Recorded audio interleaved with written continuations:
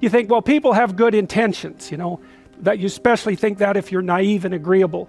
So all of you who are sitting there out there thinking people have good intentions, you're probably high in agreeableness. But that's not always the case.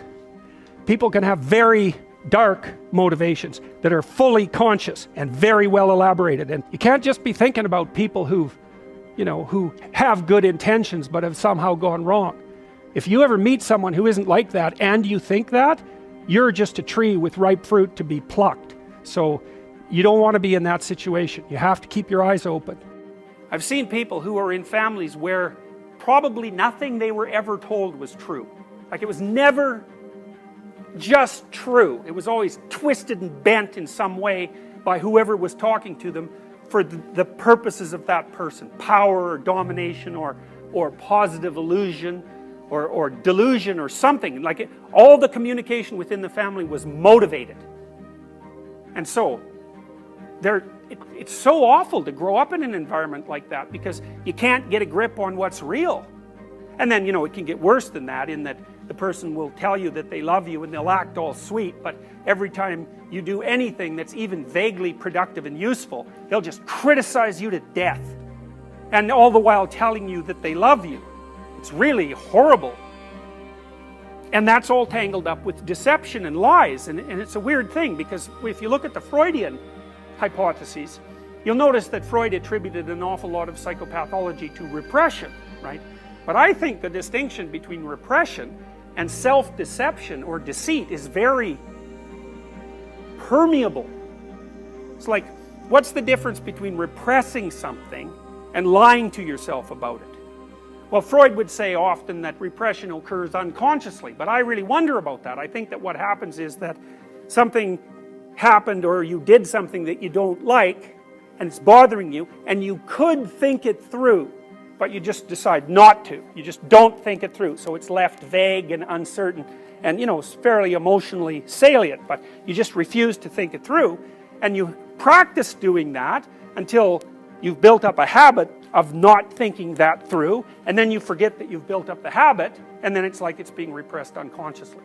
But I think that or at least you knew when you first did it. And so, when you meet people who are acting in a twisted and peculiar way, and you ask yourself, they're very manipulative, say, you ask yourself, well, do they know what they're doing?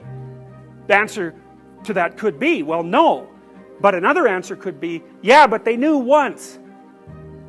They knew when they made the decision to start acting like that, but after they did it 100 times or so, and made it into an automatic routine, well, then they forgot its origin, and now it runs autonomously. And so now they don't know, but they did know.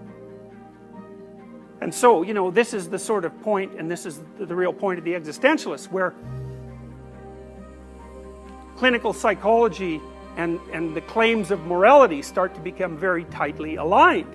And it's something that the psychiatric and psychological industries, so to speak, don't really tackle head on.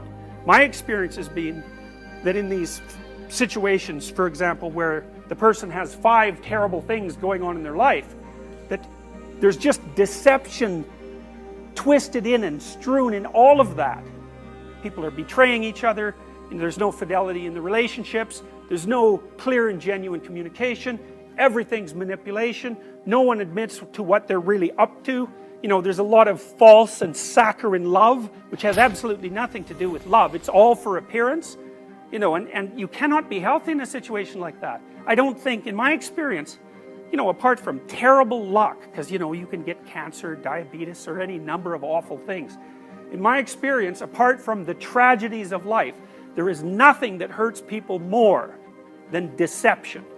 Lies do people in. Because it's one thing to be hurt. Maybe you break your leg. That's one thing. It's another thing to be attacked by 2 or 3 people who break your leg and do everything they can to demean you at the same time. It's like lots of people break their leg and they're not traumatized. It's very few people who can go through the latter experience without being, seriously and permanently damaged.